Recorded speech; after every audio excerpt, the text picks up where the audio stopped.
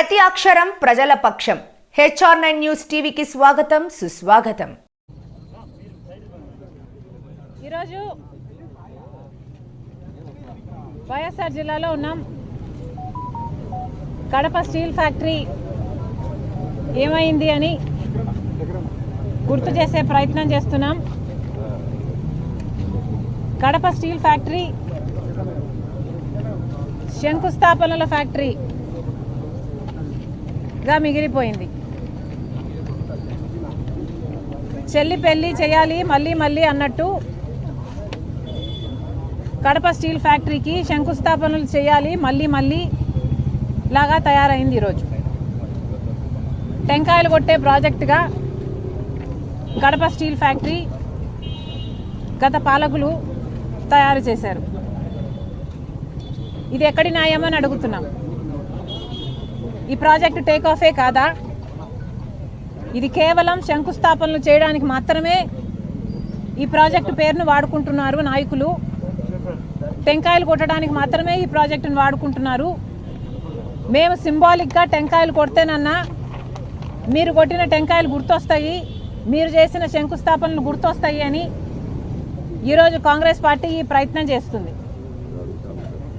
నిజానికి Kadapa steel factory Rajasekhar Reddy గారు ఎంతో చిత్తశుద్ధితో ఎంతో కోరికతో ఈ ప్రాంతమంతా అభివృద్ధి చెందాలి అని, ఈ ప్రాంతం తలరాతను మార్చాలి అని చేపట్టాలనుకున్న ప్రాజెక్టు. కడప స్టీల్ ఫ్యాక్టరీ వస్తే ఈ ప్రాంతమంతా సస్యశ్యామలం అవుతుందని, ఇక్కడ కడప బిడ్డల జాతకాలు మారిపోతాయి అని, ఎంతోమందికి మేలు జరుగుతుంది అని రాజశేఖర్ రెడ్డి గారు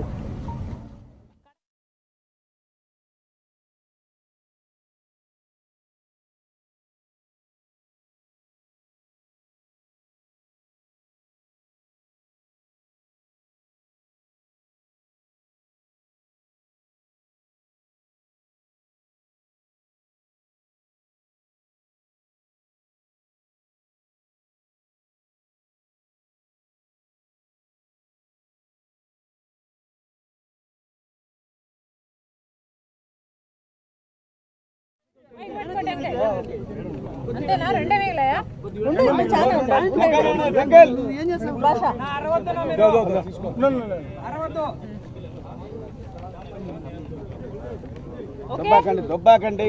దొబ్బాకండి ఇక్కడ ఎందుకు దుబ్బుతారు అనవసరం. తీసుకోండి, ఇది కెమెరాలోకి వస్తుంది. ఇంకొక టెంకాయ ఇవ్వండి.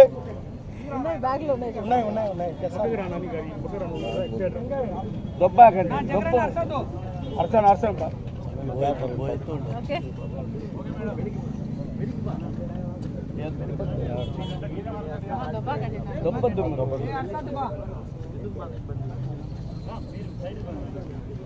ఈరోజు వైఎస్ఆర్ జిల్లాలో ఉన్నాం. కడప స్టీల్ ఫ్యాక్టరీ ఏమైంది అని గుర్తు చేసే ప్రయత్నం చేస్తున్నాం.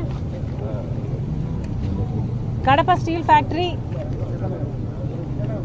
శంకుస్థాపనల ఫ్యాక్టరీగా మిగిలిపోయింది. చెల్లి పెళ్లి చేయాలి మళ్ళీ మళ్ళీ అన్నట్టు కడప స్టీల్ ఫ్యాక్టరీకి శంకుస్థాపనలు చేయాలి మళ్ళీ మళ్ళీ లాగా తయారైంది. ఈరోజు టెంకాయలు కొట్టే ప్రాజెక్టుగా కడప స్టీల్ ఫ్యాక్టరీ గత పాలకులు తయారు చేశారు. ఇది ఎక్కడి న్యాయమని అడుగుతున్నాం. ఈ ప్రాజెక్టు టేక్ ఆఫే కాదా? ఇది కేవలం శంకుస్థాపనలు చేయడానికి మాత్రమే ఈ ప్రాజెక్టు పేరును వాడుకుంటున్నారు నాయకులు. టెంకాయలు కొట్టడానికి మాత్రమే ఈ ప్రాజెక్టును వాడుకుంటున్నారు. మేము సింబాలిక్గా టెంకాయలు కొడితేనన్నా మీరు కొట్టిన టెంకాయలు గుర్తొస్తాయి, మీరు చేసిన శంకుస్థాపనలు గుర్తొస్తాయి అని ఈరోజు కాంగ్రెస్ పార్టీ ఈ ప్రయత్నం చేస్తుంది. నిజానికి కడప స్టీల్ ఫ్యాక్టరీ రాజశేఖర్ రెడ్డి గారు ఎంతో చిత్తశుద్ధితో ఎంతో కోరికతో ఈ ప్రాంతం అభివృద్ధి చెందాలి అని, ఈ ప్రాంతం తలరాతను మార్చాలి అని చేపట్టాలనుకున్న ప్రాజెక్టు. కడప స్టీల్ ఫ్యాక్టరీ వస్తే ఈ ప్రాంతం అంతా సస్యశ్యామలం అవుతుందని, ఇక్కడ కడప బిడ్డల జాతకాలు మారిపోతాయి అని, ఎంతోమందికి మేలు జరుగుతుంది అని రాజశేఖర రెడ్డి గారు కడప స్టీల్ ఫ్యాక్టరీ రావాలి అని ఉద్దేశించారు. నిజానికి రాజశేఖర రెడ్డి గారు ఉన్నప్పుడే కడప స్టీల్ ఫ్యాక్టరీ కోసం ఎన్నో ప్రయత్నాలు చేసి దీన్ని సాకారం చేయాలి అని పూర్తి బ్లూ ప్రింట్ కూడా తయారు చేశారు. 10,000 ఎకరాలలో 20,000 కోట్ల పెట్టుబడితో 20 మిలియన్ల టన్నులు ఉత్పత్తి చేసే కెపాసిటీ గల ప్లాంట్ని ఇక్కడ ఏర్పాటు చేయాలి అని మొత్తం ప్లాన్ రెడీ చేశారు రాజశేఖర రెడ్డి గారు. రాజశేఖర రెడ్డి గారు ఉద్దేశం ప్రకారం 25,000 మందికి ఉపాధి కల్పిస్తుంది ఈ ప్లాంటు, డైరెక్ట్ ఎంప్లాయ్మెంట్ ఇస్తుంది. ఇంకో 1,00,000 మందికి ఇండైరెక్ట్ ఎంప్లాయ్మెంట్ ఇస్తుంది ఈ ప్లాంటు అన్నది రాజశేఖర రెడ్డి గారి ఉద్దేశం అయితే, మరి ఈరోజు ఏమైంది? ఎక్కడికి పోయింది? అంత గొప్ప ప్రణాళిక తర్వాత వచ్చిన నాయకుల చేతుల్లో నాశనం అయిపోయింది కదా. రాజశేఖర రెడ్డి గారు శంకుస్థాపన చేసింది ఆయన అధికారంలో ఉన్నప్పుడు. 2008లో అయితే ఆ తర్వాత కాలంలో రాష్ట్ర విభజన జరిగినప్పుడు కడప స్టీల్ ఫ్యాక్టరీ తప్పనిసరిగా కట్టాల్సిన ఫ్యాక్టరీ. సెయిల ఆధ్వర్యంలోనే దీన్ని కట్టాలి అని విభజన హామీలలో ఒక హామీ కడప స్టీల్ ఫ్యాక్టరీ. 2014లో కాంగ్రెస్ పార్టీ అధికారంలోకి వచ్చుంటే కడప స్టీల్ ఫ్యాక్టరీ ఈ పార్టీకి పూర్తి కూడా అయిపోయేది. కానీ దురదృష్టం కొద్దీ 2014లో కాంగ్రెస్ పార్టీ అధికారంలోకి రాలేదు కేంద్రంలో, కాబట్టి మనకి ప్రత్యేక హోదా రాలేదు. దాంతోపాటు ఏ ఒక్క విభజన హక్కు కూడా మనకు రాలేదు. దాంతోపాటు కడప స్టీల్ ఫ్యాక్టరీ కూడా రాకుండా పోయింది. 2014లోనే కడప స్టీల్ ఫ్యాక్టరీ అయినా, ప్రత్యేక హోదా అయినా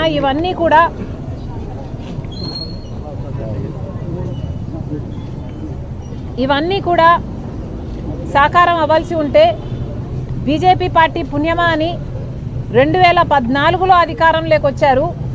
అప్పటి నుంచి ఇప్పటి వరకు కూడా ఒక్క విభజన హామీ కూడా బీజేపీ పార్టీ ఆంధ్ర రాష్ట్రానికి నెరవేర్చలేదు. ఇది అహంకారం కాకపోతే ఏమిటి? కడప స్టీల్ ఫ్యాక్టరీ సెయిలే చేయాలి అన్నది విభజన హామీ అయితే కుదరదు అని తేల్చి చెప్పింది బీజేపీ పార్టీ. ఎంత ఆంధ్ర రాష్ట్రం అంటే ఎంత చిన్న చూపు కాకపోతే ప్రత్యేక హోదా ఇవ్వలేదు, ఒక్క విభజన హామీ నెరవేర్చలేదు, కనీసం కడప స్టీల్ ఫ్యాక్టరీ కూడా కుదరదు అని తేల్చి చెప్పింది బీజేపీ పార్టీ. అలాంటి బీజేపీ పార్టీకి పోయిన 5 సంవత్సరాలైనా, ఇప్పుడైనా, అంతకు ముందైనా అదే బీజేపీ పార్టీకి మద్దతు ఇస్తున్నారు జగన్మోహన్ రెడ్డి గారైనా, చంద్రబాబు గారైనా.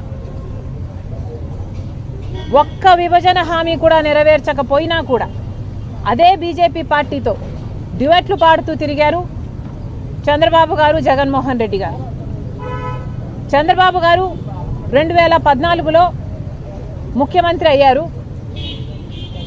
Kadapa steel factory BJP party మేము కట్టము అని తేల్చి చెప్పాక ఆఖరికి ఇక చంద్రబాబు గారు అధికారంలోంచి ఆయన టర్మ్ అయిపోయింది అన్న టైంలో 4.5 సంవత్సరాలు అయిపోయిన తర్వాత తాపీగా కడప స్టీల్ ఫ్యాక్టరీ ఇక ఎన్నికల కోసమన్నా వాడుకుందాం అనుకున్నారో ఏమో కడప స్టీల్ ఫ్యాక్టరీ దగ్గర మళ్ళీ ఇదిగో ఈ టెంకాయలతో మళ్ళీ శంకుస్థాపన చేశారు.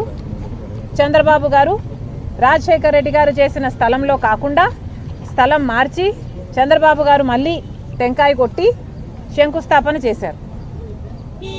చంద్రబాబు గారి ప్రకారము 4000 ఎకరాలు భూమి ఇచ్చి 3 మిలియన్ టన్నుల ప్లాంట్ కట్టాలి అన్నది చంద్రబాబు గారి ఉద్దేశం. తీరా 6 నెలలు అయిపోయింది, ఎలక్షన్లు అయిపోయాయి, చంద్రబాబు గారు ఓడిపోయారు. 2019లో జగన్మోహన్ రెడ్డి గారు ముఖ్యమంత్రి అయ్యారు. ముఖ్యమంత్రి అయిన 6 నెలలకు మళ్ళీ ఇదిగో ఇదే టెంకాయ మళ్ళీ కొట్టారు. మళ్ళీ ఇంకొక స్థలం మార్చి ఆయన మళ్ళీ శంకుస్థాపన చేశారు. ఆ రోజు జగన్మోహన్ రెడ్డి గారు చెప్పిన మాటలు, ఎన్నికలు 6 నెలలు ఉంది అనంగా టెంకాయ కొడితే దాన్ని మోసము అంటారు, అదే అధికారంలోకి వచ్చిన 6 నెలలకే టెంకాయ కొడితే దాన్ని చిత్తశుద్ధి అంటారు అని ఆస్కర్ డైలాగులు చెప్పారు జగన్మోహన్ రెడ్డి గారు. చిత్తశుద్ధి అంటే ఏమిటో నేను 3 ఏళ్లలో చూపిస్తా, ఈ ప్లాంట్ కడతాను అని జగన్మోహన్ రెడ్డి గారు ఆ రోజు చెప్పిన మాట. ఇదే జమ్మలమడుగులో నేను పుట్టాను, పుట్టిన రుణం నేను తీర్చుకుంటారు అని ఇదిగో ఇదే టెంకాయ కొట్టి జగన్మోహన్ రెడ్డి గారు శంకుస్థాపన చేసింది 2019లో. ఆ తర్వాత జగన్మోహన్ రెడ్డి గారి కాలయాపన వల్ల అలా కాలం గడిచిపోయింది. 3 ఏళ్ల తర్వాత అసలు తట్టెడు మట్టి కూడా తీసి పోసింది లేదు. ఆ తర్వాత జగన్మోహన్ రెడ్డి గారు మళ్ళీ ఇదే టెంకాయ మళ్ళీ కొట్టాడు, మళ్ళీ శంకుస్థాపన చేశాడు, మళ్ళీ వేరే కంపెనీకి ప్రాజెక్ట్ ఇస్తున్నామని చెప్పాడు. అప్పుడు జగన్మోహన్ రెడ్డి గారు 3500 ఎకరాలు ఇస్తున్నాము జిందాల్ స్టీల్ JSW సజ్జన్ జిందాల్ గారికి, జిందాల్ స్టీల్ వాళ్ళకు ఈ ఫ్యాక్టరీని అప్పచెప్తున్నాము, 3 మిలియన్ టన్నుల ఫ్యాక్టరీని వాళ్ళు కడతారు అన్నారు. ఇదే సజ్జన్ జిందాల్ గారు ఆ రోజు చెప్పిన మాట 2019లో శంకుస్థాపన 2023లో జగన్మోహన్ రెడ్డి గారు 4వసారి ఇదే టెంకాయ కొట్టి శంకుస్థాపన చేసిన రోజున సజ్జన్ జిందాల్ గారు జగన్మోహన్ రెడ్డి గారి సంబంధం నాది అయింది ఎప్పటిదో, జగన్మోహన్ రెడ్డి గారు ఎప్పుడో చిన్నప్పుడే నా దగ్గరికి వచ్చి అప్రెంటిస్షిప్ చేద్దామనుకున్నారు అని మా బంధం ఏనాటితో అని చెప్పుకుంటూ వచ్చారు. ఆ రోజు జనాలకు ఎవరికి అర్థం కాలేదు. జగన్మోహన్ రెడ్డి గారు అధికారంలోంచి దిగిపోయిన తర్వాత వాళ్ళ బంధం గురించి జనాలకు అర్థమైంది. కాదంబరి అనే ఆవిడ సజ్జన్ జిందాలు ఆమెకు అన్యాయం చేశారని, హెరాస్ చేస్తున్నారని ఆమె బాంబేలో కేసు పెడితే దాని గురించి జగన్మోహన్ రెడ్డి గారి సహాయం తీసుకొని ఆమెను బాంబే నుంచి అరెస్ట్ చేపించి 40 మంది పోలీసులను పంపించి అరెస్ట్ చేపించి ఇక్కడికి తీసుకొచ్చి 40 రోజుల పాటు జైల్లో పెట్టారు జగన్మోహన్ రెడ్డి గారు సజ్జన్ జిందాల్ కోసం. ఇంత జరిగింది, ఇంత హిస్టరీ, ఇంత బ్యాక్గ్రౌండ్ ఉంది, ఇన్నిసార్లు టెంకాయలు కొట్టారు, ఇన్నిసార్లు శంకుస్థాపనలు చేశారు, కానీ ఎక్కడ వేసిన గొంగలి అక్కడే ఉంది. ఇప్పటి వరకు కూడా కడప స్టీల్ ఫ్యాక్టరీ ముందడుగు వేయనే లేదు. ఎందుకు అని అడుగుతున్నాం. పాలకులకు ఎందుకు ఇంత చిన్న చూపు అని అడుగుతున్నాం. ఇక్కడ ఎంపీ అవినాష్ రెడ్డి గారు, ఎంపీగా ఉండి అవినాష్ రెడ్డి గారు 10 సంవత్సరాలు ఇప్పటికే ఎంపీగా ఉన్నారు అవినాష్ రెడ్డి గారు. మరి అవినాష్ రెడ్డి గారు సమాధానం చెప్పాలి. ఎంపీగా అవినాష్ రెడ్డి గారు Jindal steel Kadapa steel factory కోసం ఏం చేశారు? 10 సంవత్సరాలుగా ఎన్ని పోరాటాలు చేశారు, ఎన్ని ధర్నాలు చేశారు, ఎన్ని దీక్షలు చేశారు? పార్లమెంటులో 10 సంవత్సరాలుగా మీరు ఎంపీగా ఉన్నారు. పార్లమెంటులో మరి ఎన్నిసార్లు కడప స్టీల్ ఫ్యాక్టరీ కావాలి అని ఎన్నిసార్లు కొట్లాడారు, ఎన్నిసార్లు మాట్లాడారు? అవినాష్ రెడ్డి గారు సమాధానం చెప్పాలి. ప్రజలు కూడా ఆలోచన చేయాలి. ఇలాంటి వాళ్ళను మళ్ళీ మళ్ళీ ఎన్నుకోవాలా లేదో ప్రజలు ఆలోచన చేయాలి.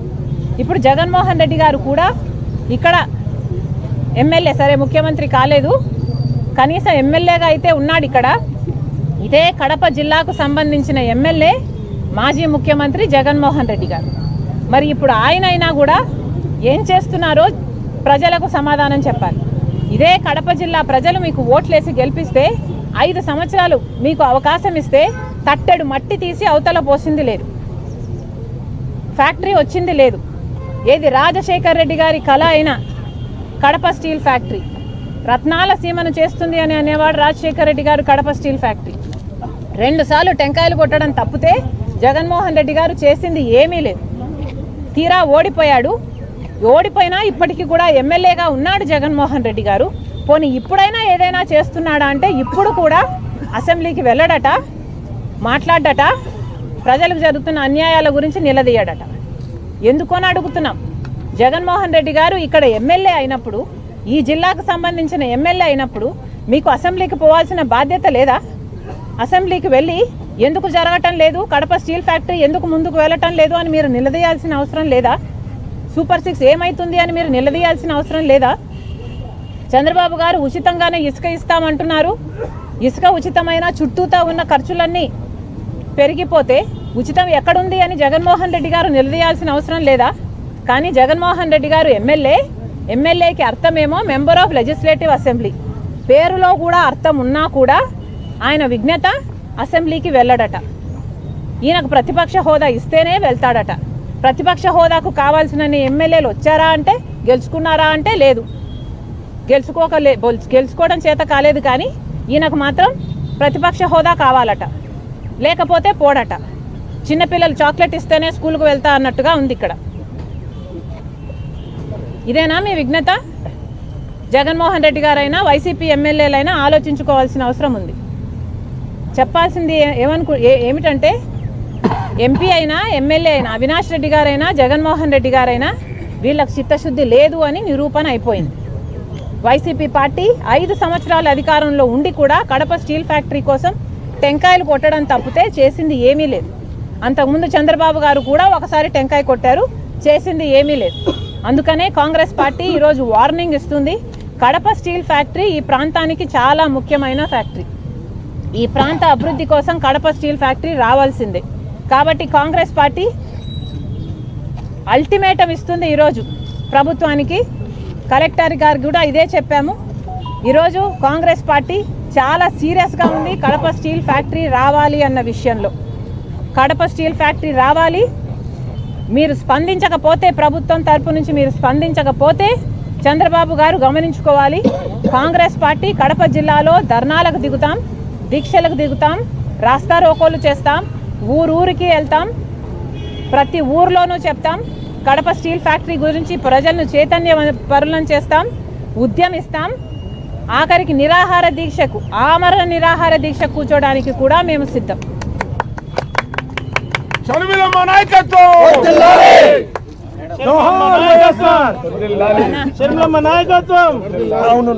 మేడం, సోషల్ మీడియాలో మీ పైన, సునీతమ్మ పైన, విజయమ్మ గారి పైన ఆ ఫీజు పోస్టులు పెట్టిన వర్రా రవీందర్ రెడ్డిని అరెస్ట్ చేశారు. ఆ వర్రా రవీందర్ రెడ్డి కంటెంట్ ఇచ్చింది అవినాష్ రెడ్డి అని కూడా పోలీసులు ప్రాథమికంగా గుర్తించారు. పరిణామాలు ఎట్లా చూస్తారు?